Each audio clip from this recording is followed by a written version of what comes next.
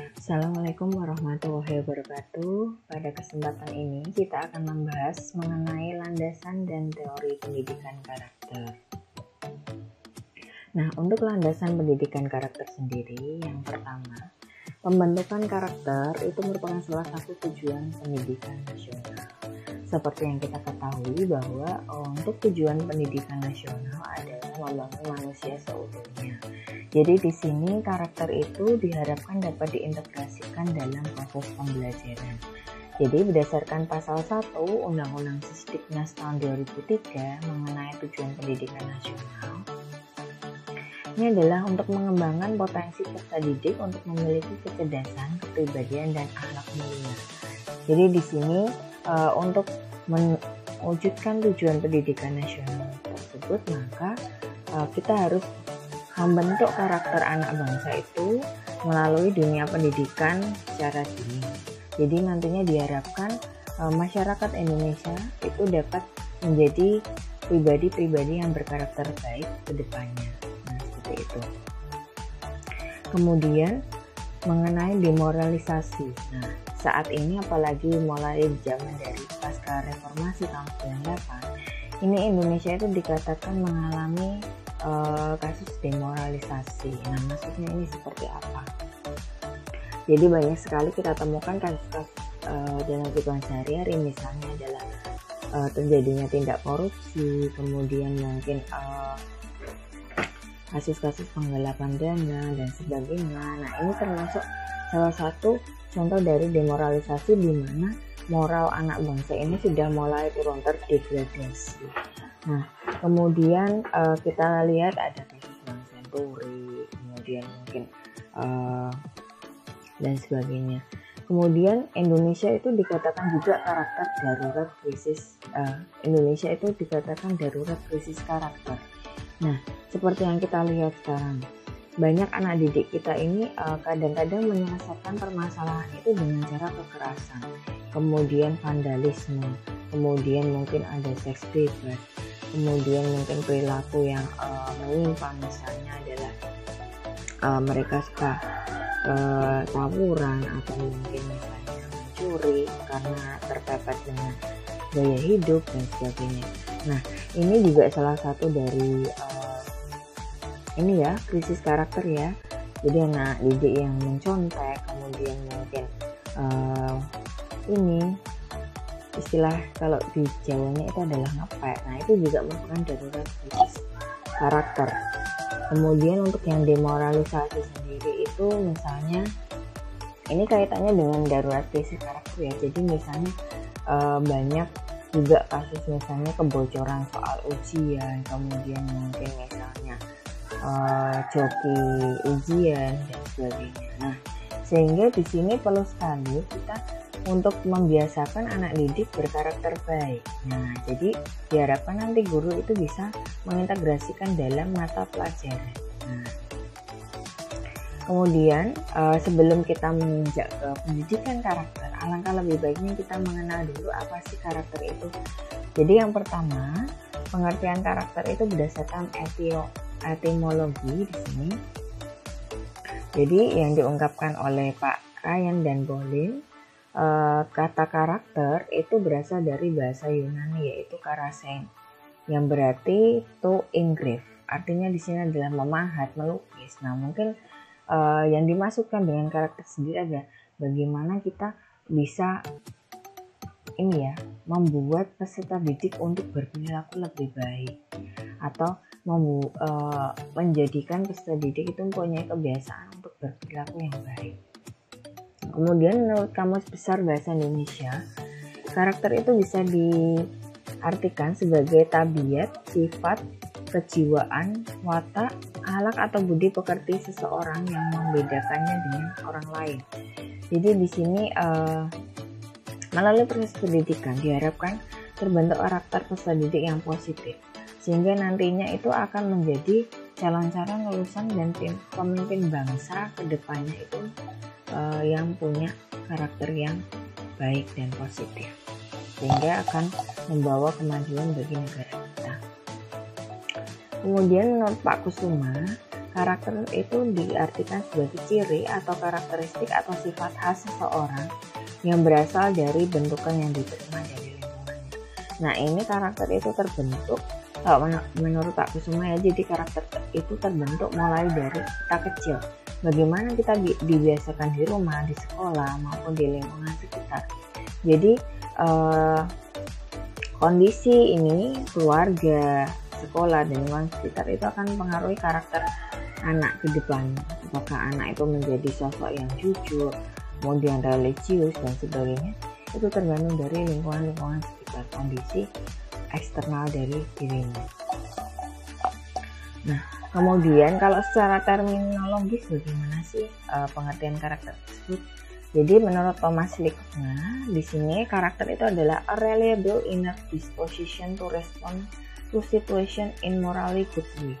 Jadi bagaimana sih sifat kita atau mungkin watak kita dalam merespon kondisi sekitar dengan dengan cara berperilaku lebih bermoral atau berperilaku lebih positif. Nah, di sini untuk mengembangkan karakter itu ini ada tiga hal yang terkait. Yang pertama adalah moral knowing. Nah, yang dimaksudkan adalah dari moral knowing adalah bagaimana kita memahamkan peserta didik mengenai moral-moral atau karakter yang baik. Kemudian yang kedua adalah moral feeling. Di sini bagaimana kita membangkitkan, kita sebagai seorang guru kita membangkitkan, ini loh karakter yang positif, ini loh karakter yang tidak seharusnya kamu lakukan. Nah, kemudian moral behavior, bagaimana kita membiasakan peserta didik untuk selalu berperilaku positif, berkarakter positif.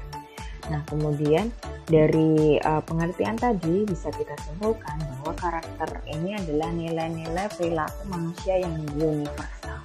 Nah, maksudnya di sini adalah perilaku yang positif, kemudian bagaimana kita bersikap kepada lingkungan sekitar, memperlakukan orang dengan baik, kemudian bagaimana nantinya kita bisa berperilaku positif di lingkungan kerja, di lingkungan sekolah, dan sebagainya. Nah, kemudian bagaimana dengan dimensi karakter yang baik? Apa saja sih yang termasuk karakter yang baik itu? Ada 18 karakter yang termasuk karakter baik. Nah, yang pertama adalah di sini bisa kita lihat dari gambar. Nah, kalau berdasarkan dari gambar ini menunjukkan bahwa seseorang sedang melakukan ibadah. Nah, berarti di sini adalah salah satu cara untuk meningkatkan karakter religius. Yang kedua adalah gambar yang menunjukkan seseorang sedang melukis. Nah, apa sih karakter yang bisa ditingkatkan dari kegiatan melukis itu? Nah, mungkin yang pertama adalah kerja keras, kemudian disiplin. Nah, kemudian yang ketiga adalah ada dua orang yang sedang berusaha untuk mengangkut barang. Nah, di situ adalah kerja keras, kemudian mungkin cinta damai, karena kan kalau tidak ada perdamaian di situ maka tidak mungkin seseorang itu bisa bekerja sama, kemudian kerjasama juga dan sebagainya. Nah, kemudian kalau dari gambar keempat di sini terlihat anak-anak yang sedang mengikuti ujian. Lalu bagaimana sih karakter apa saja yang harus muncul pada situasi tersebut? Nah, mungkin jujur, kemudian kerja keras, kemudian disiplin ya, karena harus mengumpulkan tepat waktu untuk jawaban ujiannya dan sebagainya. Nah, jadi untuk karakter yang baik itu ada 18 karakter. Yang pertama adalah religius. Ini adalah sikap dan perilaku patuh melaksanakan ajaran agama yang dianut. Jadi nanti diharapkan pada semua mata pelajaran itu dapat menerapkan karakter religius. Jadi kita kaitkan materi yang kita ajarkan dengan karakter religius. Misalnya pada pembelajaran IPA itu pada materi mengenai atom, jadi materi dan perubahannya itu nanti membahas tentang atom. Kita bisa kaitkan bahwa ternyata di sini ada kebesaran Tuhan, karena mampu menciptakan sesuatu yang sangat kecil sekali. Jadi atom itu akan adalah sesuatu zat atau mungkin yang tidak dapat dibagi lagi menjadi zat lain. Nah, jadi di situ bisa kita tanamkan nilai-nilai religius kita.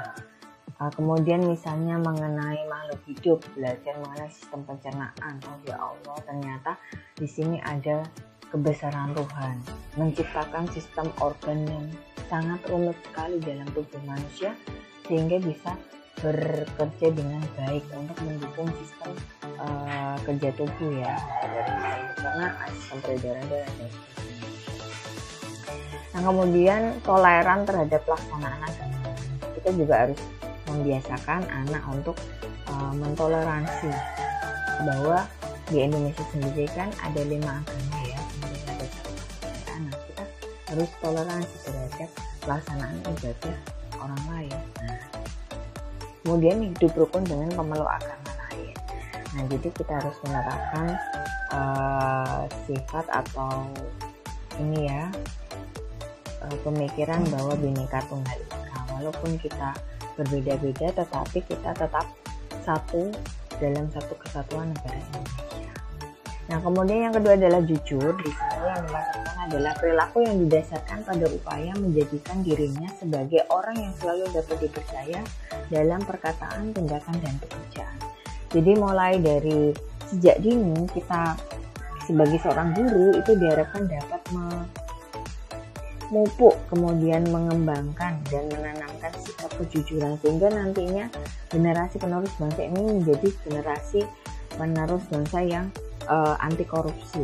Nah, sehingga tidak mungkin ada kasus korupsi di mana-mana karena karakter kejujuran itu sudah kita tanamkan sejak dini. Nah, kemudian yang ketiga adalah toleransi. Di sini sikap dan tindakan yang menghargai perbedaan agama, suku, etnis, pendapat, sikap, dan tindakan orang lain yang berbeda dari dirinya. Jadi diharapkan nantinya menjadi pribadi yang lebih toleran. Nah, kadang-kadang kan kita lihat pada saat diskusi, apalagi misalnya pada rapat dewan ya di DPR itu karena sikap toleransinya itu mungkin agak kurang ya, jadi sering terjadi perbedaan pendapat yang berujung pada tindakan fisik. Nah, jangan sampai nantinya generasi penerus bangsa kita itu menjadi generasi yang anti toleran. Nah, jadi sebisa mungkin dari dini kita terapkan untuk karakter toleransi. Kemudian yang keempat adalah disiplin. Di sini adalah tindakan yang menunjukkan perilaku tertib dan patuh pada berbagai ketentuan dan peraturan. Nah, ini sangat penting sekali kita tanamkan pada peserta didik agar nantinya ini menjadi sosok yang disiplin, yang taat pada aturan negara. Kemudian kerja keras, yaitu perilaku yang menunjukkan upaya sungguh-sungguh dalam mengatasi berbagai hambatan belajar dan tugas serta menyelesaikan tugas dengan sebaik-baiknya. Nah, ini juga merupakan karakter yang harus kita kembangkan pada peserta didik agar peserta didik itu menjadi pribadi-pribadi yang tidak mudah putus asa, tidak mudah menyerah. Kemudian kreatif, yaitu berpikir dan melakukan sesuatu untuk menghasilkan cara atau hasil baru dari sesuatu yang telah dimiliki. Nah, kreativitas itu perlu kita kembangkan pada diri siswa agar dia mampu berpikir di luar dari cara berpikir yang biasanya out of the box. Jadi diharapkan apalagi di era revolusi industri 4.0 ini kita harus menjadi pribadi yang kreatif sehingga mampu memikirkan sesuatu yang tidak dipikirkan orang lain. Misalnya, ketika menghadapi setumpuk kertas, apa yang akan kita lakukan? Nah, kebanyakan orang itu akan berpikir bahwa ya sudah dibuang saja atau mungkin diletakkan saja. Tetapi bagi orang-orang yang kreatif itu mungkin bisa diubah menjadi sesuatu yang bernilai jual lebih tinggi, misalnya dibuat kerajinan tangan atau sebagainya. Kemudian sebenarnya dalam mandiri di sini ada sikap dan perilaku yang tidak mudah bergantung pada orang lain dalam menyelesaikan tugas. Nah, ini juga harus kita kembangkan pada diri siswa. Kemudian ada demokratis, cara berpikir, bersikap dan bertindak yang menilai sama hak dan kewajiban dirinya dan orang lain. Kemudian rasa ingin tahu, sikap dan tindakan yang selalu berupaya untuk mengetahui lebih mendalam dan meluas dari sesuatu yang dipelajari, dilihat, dan didengar.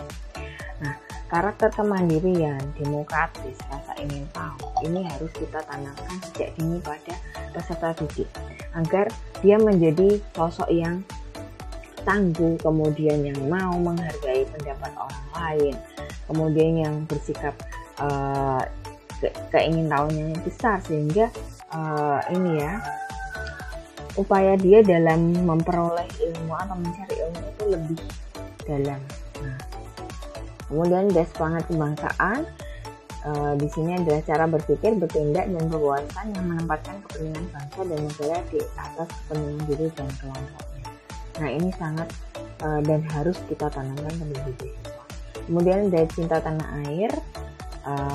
Kemudian ada menghargai prestasi, yaitu sikap dan tindakan yang mendorong dirinya untuk melakukan sesuatu yang berguna bagi masyarakat dan mengakui serta menghormati keberhasilan orang lain.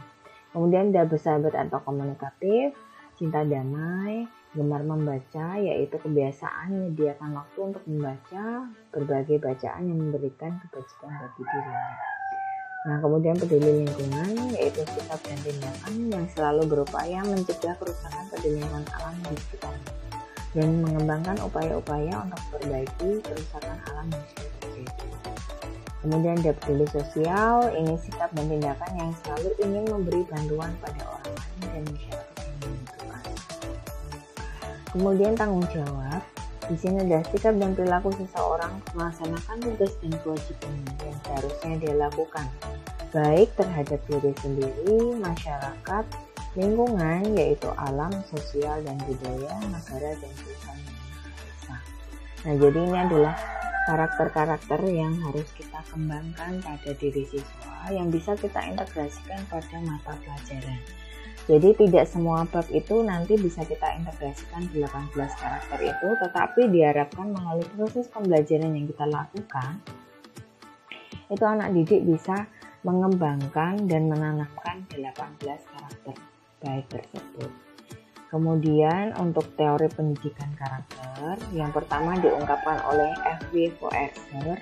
Di sini karakter itu merupakan kebiasaan. Kemudian karakter itu adalah sistem keyakinan atau kebiasaan yang mengarahkan tindakan. Jadi diharapkan dari proses pembelajaran itu kita bisa membiasakan anak dengan baik, sehingga nantinya tindakannya pun juga, perilakunya itu juga lebih positif untuk kedepannya. Kemudian yang kedua, menurut karakter education partnership. Jadi pendidikan karakter ini adalah merupakan salah satu gerakan untuk mendukung perkembangan sosial dan emosional serta etika siswa. Jadi diharapkan melalui proses pembelajaran yang mengintegrasikan karakter ini, kemampuan sosial, kemudian emosional, dan etika siswa itu bisa kita kembangkan dari masa dini. Kemudian yang ketiga, menurut kamus dari Webster New World College, di sini karakter itu merupakan pola perilaku atau kepribadian yang ditemukan dalam individu atau kelompok. Jadi di sini dari teorinya, dari tiga teori itu saling mendukung satu sama lain, sehingga sangat penting sekali untuk kita sebagai seorang guru itu, apalagi kalian sebagai calon guru di masa depan itu, bagaimana sih kita bisa menanamkan karakter yang baik pada diri siswa, sehingga nantinya kita bisa mencetak lulusan-lulusan dan generasi bangsa ke depannya yang lebih baik, sehingga diharapkan ke depannya seperti kasus korupsi, kemudian mungkin kekerasan, itu dapat kita minimalisir. Oke, mungkin itu saja yang bisa saya sampaikan. Terima kasih, semoga bermanfaat.